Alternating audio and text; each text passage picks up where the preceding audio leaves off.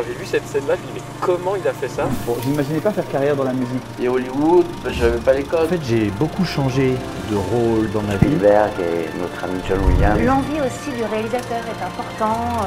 Il faut 43 prises. J'ai fait un métier formidable. C'est un souvenir, ça. On dit ouais, c'est plus facile de faire pleurer que de faire rire. Je crois que si on aime, ben on rit bien. Ces films qui donnent à voir, et à rêver. Gilles Alma, merci de me recevoir, c'est vraiment sympa. Ah non, bah merci à toi. Merci à toi. Puis c'est joli chez toi en plus. Oui, c'est plutôt sympa, tu as vu ça, c'est cosy en tout cas. Ouais, c'est très sympa. C'est plutôt sympa. C'est pas tout nouveau. Mais on a l'occasion de te voir régulièrement un peu partout, comme au cinéma, sur scène, et même dans certains clips. Hein, j'ai appris ça en préparant l'émission. Olivia Ruiz, Jennifer ou même Ronan Luce, pour ne citer que. C'est vrai. Mais surtout à la télévision, dans des téléfilms, séries, et même jusqu'au plateau de jeux télé. Tu en parleras également tout à l'heure. Ouais. Mais on va revenir à tes débuts avec quelques anecdotes de tournage, de rencontres, de vie, tout simplement de ton métier. Tout dire, tout raconter. Avec grand plaisir, on est friand justement d'anecdotes. Et on va revenir justement sur tes débuts. Ce qui t'a donné, toi, envie de te retrouver devant les projecteurs, une envie d'enfance ou c'est arrivé un peu par hasard? Ça y est, première question? Ouais, c'est la première question, c'est parti. Écoute, alors j'étais guignol, moi, j'étais guignol enfant, je faisais beaucoup le pitre. J'étais un clown, donc j'avais ça au départ. Et puis ça m'a jamais lâché, j'ai toujours été dans la déconne, on va dire ça comme ça. Et quand j'étais au lycée, mes potes me disaient « Gilles, tu devrais peut-être quand même essayer de faire du théâtre ». Moi, j'étais pas du tout parti pour faire ça. T'avais envie de faire quoi? T'avais une idée de métier que t'avais envie de faire? J'étais un peu perdu. Première année, alors, il faut savoir que j'ai passé 2 fois mon bac, 100% de réussite, je ne l'ai jamais eu, voilà, 0. Et donc la première année, je crois que j'avais demandé à faire une fac de droit. Voilà. Qu'est-ce que j'aurais été faire là-dedans, je ne sais pas. Et la deuxième année, quand même, je voulais faire... j'adore la nature et je voulais être paysagiste.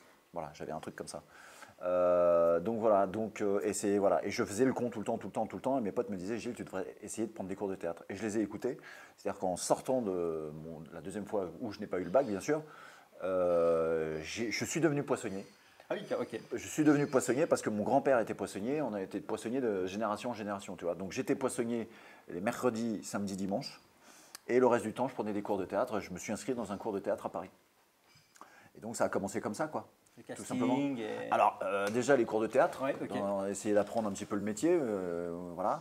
Et puis c'est les castings, oui c'est dur en fait, c'est-à-dire que j'ai surtout fait moi beaucoup de figurations, j'ai fait le clown pour les gamins, j'ai fait le Père Noël, j'ai vendu des bouteilles de martini en tête de gondole dans les supermarchés. Enfin j'ai tout fait. Animateur également. Voilà, j'ai tout fait, tout ce qui est où il y avait un cachet, je faisais pour avoir mon statut d'intermittent. D'accord. Les choses sont venues vraiment petit à petit. Et la scène est arrivée, c'est le théâtre. Alors ça j'ai commencé avec ça. Ouais, tu vois, j'étais dans mon cours de théâtre et on jouait déjà des petites scènes, des petites pièces, Fédo, Guitry, on était déjà dans l'humour un petit peu. Et puis voilà, des créations, des machins. J'ai créé on était 3 sur scène, j'avais une troupe, quoi. On était les 3. Voilà, petit à petit, j'ai jamais lâché la scène. J'ai toujours. Mais jamais un seul en scène. Si. Ah si, mais après. Après. Oui, mais à tes débuts. À mes débuts, non. Tu n'as pas essayé d'aller dans cette direction-là? Non, alors je rêvais de faire ça, mais on avait fait un trio. On était 3 sur scène. Okay. Et à la fin du trio, au bout d'un moment, ça s'est effiloché, je me suis dit, bon, allez, j'y vais tout seul. Voilà. Et là est arrivé, après la figuration, quelques publicités, notamment Coca-Cola, où on se souvient bien de la pub pour Neuf Télécom. Neuf Télécom, qui avait bien marché à l'époque. Tu t'en souviens? C'est là, ça m'a énormément marqué cette pub-là. Ouais. Et elle était bien, elle était vraiment drôle. Ouais. Qu'est-ce qu'il fait là? Il est venu nous installer notre Neufbox. Oui, en cas de besoin, un technicien vient chez vous installer votre Neufbox. Et sans frais supplémentaires. Non mais on n'a aucun problème d'installation, hein. Je suis le directeur marketing de Neuf. Enfin, Jean, c'est pour la pub. Qu'est-ce que tu fais dans cette tenue, toi, d'abord? Les créatifs pensent que ça ajoute une touche de glamour. Oui, et une pointe d'humour. J'appelle l'agence. Non. Appelez le 10 99. Puis ça marchait bien, ça fonctionnait très bien. Ouais. Et ensuite, on te retrouve au cinéma pour un premier grand rôle aux côtés de Marie-Lou Berry dans Vilaine, sorti en 2008. Des souvenirs de ce tournage? Non, super tournage. Écoute, belle équipe, parce qu'il y avait Thomas N'Gijol, il y avait Pef, Pierre-François Martin Laval, Il y avait Frédéric Bell, il y avait Alice Paul qui cartonne complètement en ce moment, qui est tête d'affiche au Cinoche et tout. Joséphine Demeaux qui est dans César Wagner. Qui est dans César Wagner, qui fait ma commissaire. Donc c'était une super expérience. Non, qu'est-ce que je peux te raconter? Non, une fête de fin de tournage où le réalisateur faisait des tequila paf, il s'était ouvert la main. Voilà, je peux te raconter ça. Je pense que ça fera plaisir à Alain Mauduit que je balance ça. Et les premiers retours, quand on se voit pour la première fois sur grand écran, ça doit faire un effet. Et quel souvenir ça laisse ça?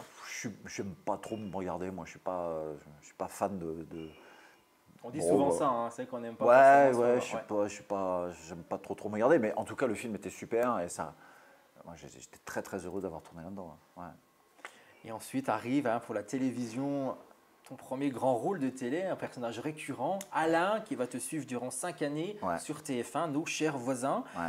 Et après 5 ans dans la peau d'un personnage comme ça qui te suit à longueur d'année, c'est difficile de lui dire au revoir. Est-ce qu'aujourd'hui, avec le recul, des fois, les personnages nous manquent Alors c'est un peu spécifique parce que nos chers voisins, à la 5e année, on pensait qu'il y allait avoir une 6e. Donc le jeu, tu vois Parce que si tu veux, ce qui se passe en télé, c'est que... comment expliquer ça? Moi par exemple sur César Wagner maintenant, je ne sais pas si je vais tourner les prochains. Il faut que l'audimat soit... C'est l'audience, c'est les gens. Jeu, Donc c'est comme ça que ça se passe. Et nos chers voisins, alors ça marchait bien. Ça continue à bien marcher en 5e saison. Et donc, quand on a terminé le tournage, on s'est dit, bon, à l'année prochaine, quoi. Donc c'était un peu... la rupture était un peu brutale. Un peu brutale, oui, parce qu'on l'a appris plus tard. Et donc voilà, mais écoute, on a vraiment passé 5 années. Et c'est marrant parce que c'est aujourd'hui, ça fait 10 ans, jour pour jour, la première diff. Voilà, c'est très rigolo. Et donc on a passé ça marque vraiment... aussi une première diffusion d'une série comme ça on ne peut pas le deviner, qui va devenir un succès. Alors moi je vais te dire la vérité, je pensais que ça allait pas marcher. Je pensais pas que ça allait marcher. Et pourquoi alors? Alors j'avais déjà fait un autre programme court humoristique sur M6 qui s'appelait Tongue et Paréo. On avait fait une saison, personne ne s'en souvient, voilà, parce qu'on s'est fait dégager. Et je me suis dit, bon allez, encore un programme court avec une idée je trouvais un peu bidon, tu vois, les voisins, bon... tu vois comme quoi j'ai le nez. Et donc voilà, mais au bout de 2 semaines, 3 semaines, l'audience était au top. On voyait les courbes qui montaient à plein pot. On s'est dit, bon, allez, c'est le jackpot. Mais non, c'était super. On était une troupe de théâtre, tu vois, à la télé. Vraiment, ce que j'allais dire, avec les autres comédiens, on sent qu'il y avait vraiment une affinité qui doit perdurer encore aujourd'hui, j'imagine. Ouais, bien sûr, complètement. Et je retrouve Amaury de Créancourt qui fait mon Toubib et qui était déjà le Toubib de nos chers voisins. Ou encore Isabelle Vitali qui jouait ta compagne dans la série. Isabelle Vitali qui était au top. Non, mais tous. Et puis on avait tous un peu du personnage, tu vois. Moi, le mien était con, beauf. Bon, c'était moi aussi un peu. Et donc voilà, non, on avait tous. Le casting était parfait. Et quelques anecdotes peut-être justement sur cette série, des choses croustillantes. Il y a eu tellement de trucs, c'est extraordinaire, hein, en 5 ans. Et puis, j'imagine, ce qui est fou sur ce tournage, c'est qu'on a eu plein de choses. Moi, j'ai eu un éléphant de mer. J'avais un éléphant de mer. Oui, c'est pas des conneries, non, je te jure. On a eu des lions, on a eu un lion, on a eu le tigre, on a eu des pingouins, on a eu des poules, on a tout eu sur ce tournage. J'ai pris feu. C'était un zoo, quoi. Et oui, tu vois, les auteurs, t'imagines, on a fait 5000 sketchs. 5000 sketchs. T'imagines, au bout d'un moment, il faut... Donc ils en sont venus à l'éléphant de mer, quoi, tu vois. Et j'avais des sardines dans ma main et je donnais à l'éléphant de mer pour qu'il reste un peu en place, tu vois. Donc j'ai tout fait, on a tout fait.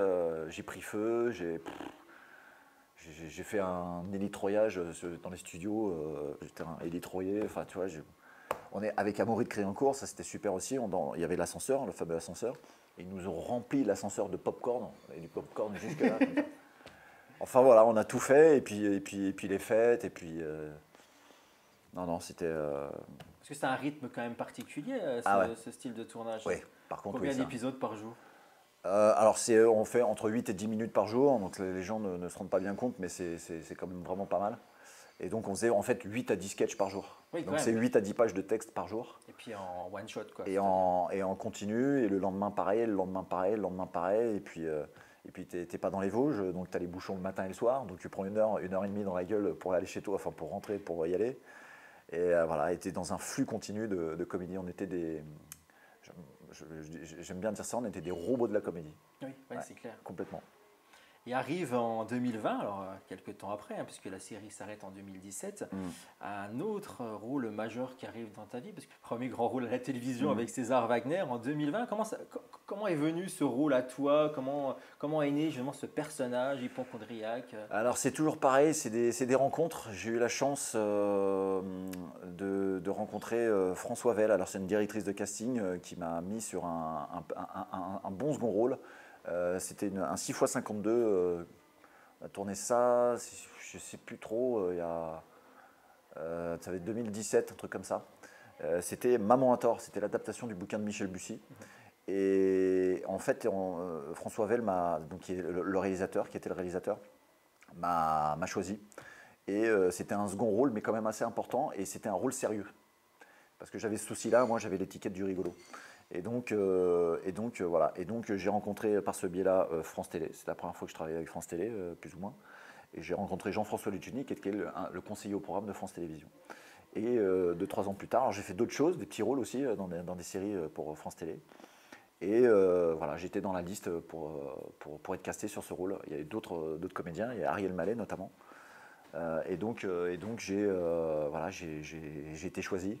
Mais c'est grâce à François Vell, grâce à la directrice de casting, grâce à Jean-François Lucchini, que j'ai réussi à décrocher ce rôle, quoi. Ce qui prouve une nouvelle fois que voilà, les rencontres, le réseau dans le métier est très important. D'ailleurs, tu aurais quelque chose à dire, parce que quel conseil tu donnerais justement à cette jeunesse aujourd'hui qui aura envie de... Alors après, chaque parcours est différent. Le mien était celui-ci. J'ai beaucoup cru en moi. Beaucoup cru en moi. J'ai beaucoup cru en moi. Je me voyais déjà star, j'avais 19 ans, j'étais encore avec de la diction et j'étais sûr de mon coup, je me suis dit putain je vais y arriver. Ça c'est la première chose. La deuxième chose, être très sérieux, essayer d'être très sérieux sur le travail. Donc tout faire pour des choses assez précises à faire. Tu fais bien ton CV, tu apprends tes textes et tu es gentil avec les gens. C'est sympa. Enfin, moi, c'est mon parcours. Après, il y a des cons qui y arrivent. Je suis très personne, hein, tu vois, mais il y a des cons qui arrivent. Donc voilà, mais moi, en tout cas, c'est mon parcours et je crois que c'est un peu grâce à ça que j'ai réussi petit à petit à gravir les échelons.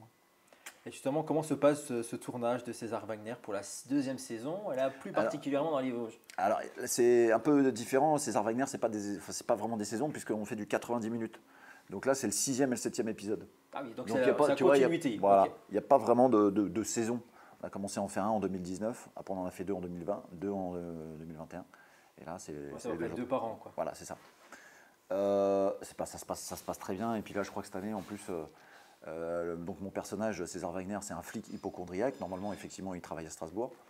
Et là, il est obligé d'aller sur une enquête parce que les gendarmes du coin ne peuvent pas la faire parce que le gendarme est mêlé un peu à cette histoire. Donc c'est les flics de Strasbourg qui reprennent le truc. Et donc c'est une catastrophe pour César Wagner qui est donc hypocondriaque, se retrouve dans les Vosges avec tout ce que ça peut impliquer. Donc en plus il y a un lynx.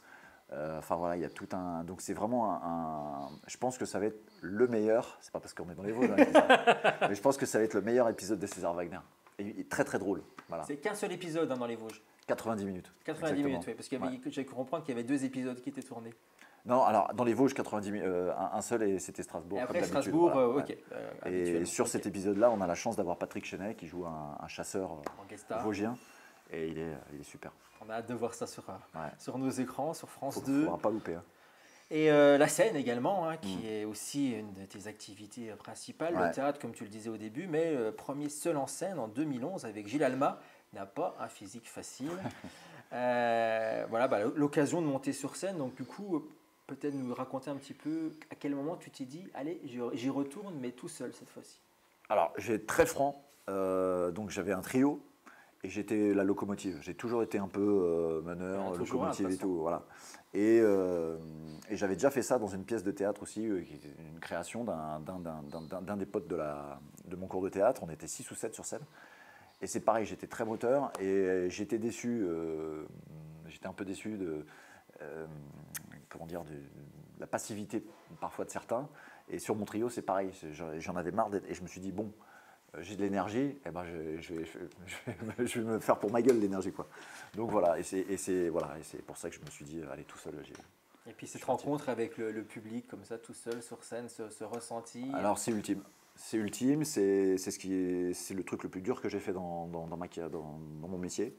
Parce que bon, il y a faire du cinéma, faire de la télé, faire du théâtre dans une pièce de théâtre, on peut faire de la post-synchro, il y a plein de choses dans ce métier possible, hein, il y a plein de facettes différentes, mais ça, seul sur scène, pour faire rire les gens, je pense que c'est ce qu'il y a vraiment de plus dur, c'est sûr et certain. Et à un moment peut-être où tu t'es...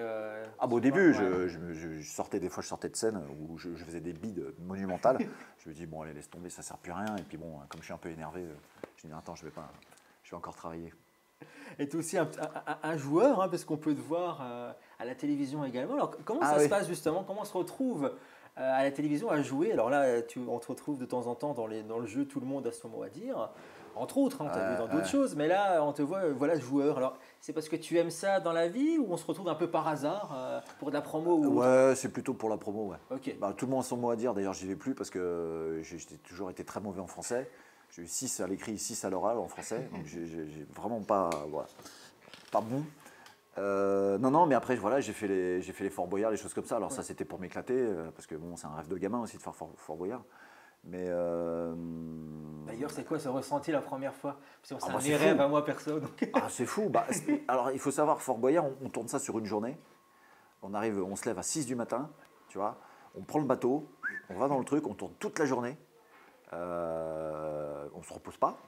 Et voilà, et on finit avant que la nuit tombe. Voilà, et c'est très intense, quoi. Ouais, on n'imagine pas. Ouais, c'est vraiment une journée, t'es capoute au complet le soir même, et puis le lendemain, t'as des courbatures partout. Mais non, mais c'est extraordinaire. Et animateur de jeux, d'émissions, ça t'a jamais botté? Tu disais que tu étais animateur dans les centres commerciaux. Ouais. Non, je me verrais bien faire des interviews et tout. Mais bon, après, je ne veux pas tout faire, quoi. Enfin, tu vois, il y a un moment, faut choisir son truc, quoi. Des envies peut-être particulières, parce que quand on est comédien, on rêve peut-être d'un rôle en particulier, peut-être. Et toi, s'il y a un personnage, quelque chose que tu aimerais jouer, ce serait quoi? Écoute, j'ai eu la chance de faire pas mal de trucs. Et je reviens sur le 6x52. J'ai tourné un 6x52 avant de tourner les deux épisodes de Wagner, là, où j'ai vécu des choses extraordinaires. C'est un mec qui perd sa femme et qui disparaît, et puis il la retrouve, et il se rend compte qu'elle lui a menti pendant 20 ans. Enfin voilà, il y a des rôles très très intenses, et c'est François Vell encore, et là, c'est... Bon. Et là, tu t'es régalé à jouer Et je me suis régalé à jouer vraiment un truc très très intense, où je pleure la moitié du temps, voilà. C'était top. Et si je dois aujourd'hui avoir quelque chose, peut-être un rôle à jouer, ce serait peut-être un serial killer. C'est vrai, tu vois, un truc vraiment, un vrai méchant, un vrai tordu, quoi. Ça, c'est pas mal à jouer, quoi. C'est intéressant. Au cinéma ou plutôt à la télévision? Bon, écoute, franchement, souvent on me dit, ouais, tu fais pas beaucoup de cinéma. Bah écoute, oui, il y a des très belles choses qui se font à la télé, et puis voilà, la qualité augmente de plus en plus à la télé. Donc j'ai la chance de travailler déjà. Enfin voilà, j'ai fait une série sur Disney+, donc voilà, il y a les plateformes aussi, tu vois. Mais non, je m'en fous. Ouais, peu importe. Le cinéma, ça serait le top, tu vois, à ce moment-là, à Cannes et tout. Bon, oui, rêvons un peu. Voilà, exactement. Mais non, mais la télévision aujourd'hui a de l'ampleur quand on voit les plateformes également, Netflix, Disney+, comme tu disais il y a quelques instants. Donc la porte est ouverte vraiment à tout. Oui, et puis je suis déjà très heureux, quoi. En fait, on veut toujours plus. Là. Si ça continue comme ça, c'est déjà formidable, quoi. La scène également, et tu te produis sur scène avec ton compère, Benoît Joubert. Est-ce que tu peux nous le présenter et nous dire un peu quels sont tes projets avec lui? Alors Benoît Joubert, voilà, donc le spectacle, on a un spectacle qui s'appelle Gilles et Ben réunis, on est deux sur scène, voilà, c'est un duo. Et Benoît Joubert, on s'est rencontrés, alors c'est rigolo, on s'est rencontrés il y a 11-12 ans maintenant, sur un téléfilm pour France 3 qui s'appelait I Love Périgord. Et on faisait des gendarmes rugbyman homosexuels, alors que dans la vie, on n'est pas du tout gendarme. Et donc voilà, et bon, on est tombé amoureux, quoi, amicalement et artistiquement parlant. Donc ce qui s'est passé, c'est que j'ai produit son premier spectacle. Il faisait mes premières parties, et voilà, et on ne s'est jamais lâché. Et puis un jour, on s'est dit, bon, c'est pas possible. Plus ça allait, plus il prenait un peu de temps, et il revenait aussi dans mon spectacle. Enfin voilà, et puis on s'est dit, bon, allez, vas-y, il faut faire le duo. Et donc voilà, on a fait un duo. Alors c'est un mélange, c'est un hybride un peu, c'est sympa. C'est un duo d'humour, mais c'est aussi une pièce de théâtre. Voilà, il y a vraiment une histoire. Et voilà, Gilles et Ben réunis, c'est le jour de mon mariage. Ben est mon témoin. Alors Ben, il est du Sud-Ouest, il n'est pas des Vosges, il a aussi un accent. Et lui, il a un accent du Sud-Ouest. Alors là, pour le coup, c'est tonitruant. Et voilà, il est aussi un peu, un peu beauf, un peu bourrin, un peu con. Et c'est parfait, et donc voilà, il arrive plein de trucs, et est-ce que je vais réussir à me marier ou pas? Il y a des cliffhangers, il y a des petits switches, des plein de choses très rigolotes. Et voilà. Et il attend, il va être papa encore là, très, très bientôt. Et donc du coup, on vous retrouve sur scène un peu partout en France, c'est ça? Exactement. Alors on fait Paris à la rentrée et puis on refera une tournée en 2023. Et je vais essayer de venir jouer dans le coin. Avec plaisir, qu'on puisse venir voir ça. Ouais. Avec plaisir. Et peut-être de la réalisation ou autre. Je rebondis avec le cinéma, la télévision, puisque tu as été cadreur, je crois, dans une. Non, écoute, c'est pas prévu pour l'instant le réal, même si avec beaucoup d'humilité, je pense que j'en serais parfaitement capable, mais c'est toujours un petit peu. Il y a plein de techniciens qui viennent me voir, tu devrais réaliser un épisode de César Wagner. Le problème, c'est parce que je sais que c'est pas que je deviens dur, mais avec mes collègues, j'ai pas envie de les diriger, j'ai pas envie de leur dire vas-y dépêche-toi. Enfin tu vois, il peut y avoir un truc qui se casse entre nous, donc j'ai pas envie de. Sur un autre projet peut-être. Peut-être un autre projet. Pour le cinéma peut-être aussi. Des envies ou de l'écriture? Alors on a un projet avec Ben, on a 2 projets. On a une pastille pour France Télé, une petite pastille humoristique, comme faisait à l'époque un peu VDB Madénian. Et puis, on a une belle idée ça sera peut-être 4 fois ou 6 fois 52 pour la télé. Donc, c'est un thriller, mais aussi comédie, comme on aime le faire. On verra. Tout ça, on verra. Il y a un moteur, quelqu'un, un comédien qui t'aurait poussé ou qui te donnerait un peu d'énergie ou de l'inspiration? Écoute, j'aime bien citer ces 2 comédiens qui sont diamétralement opposés. C'est De Funès. De Funès, il m'a éclaté toute ma jeunesse. Et puis quand je regarde encore, je trouve, c'est un génie. Donc dans le style comédie, De Funès. Et il y avait un petit côté comme ça aussi dans Nos chers voisins, c'est-à-dire que j'y allais vraiment à fond les ballons. Et puis Vincent Cassel. Ah oui, voilà. Ok, ah oui. Voilà, ah oui, on est sur 2 doses complètement différents. Et Vincent Cassel, j'ai eu la chance de le rencontrer 2 fois, alors bien avant que ma carrière débute. 2 fois en boîte de nuit. Ah ok. 2 fois en boîte de nuit et je me suis juré que la 3e fois ça sera sur un plateau. Sur un plateau. Sur un plateau, donc on verra. Donc ce serait ce comédien-là dont tu rêverais de travailler avec lui. L'affiche avec. Bien sûr. Gilles, merci beaucoup pour cette sympathique rencontre. Tu es comme sur les plateaux. Oui, parce que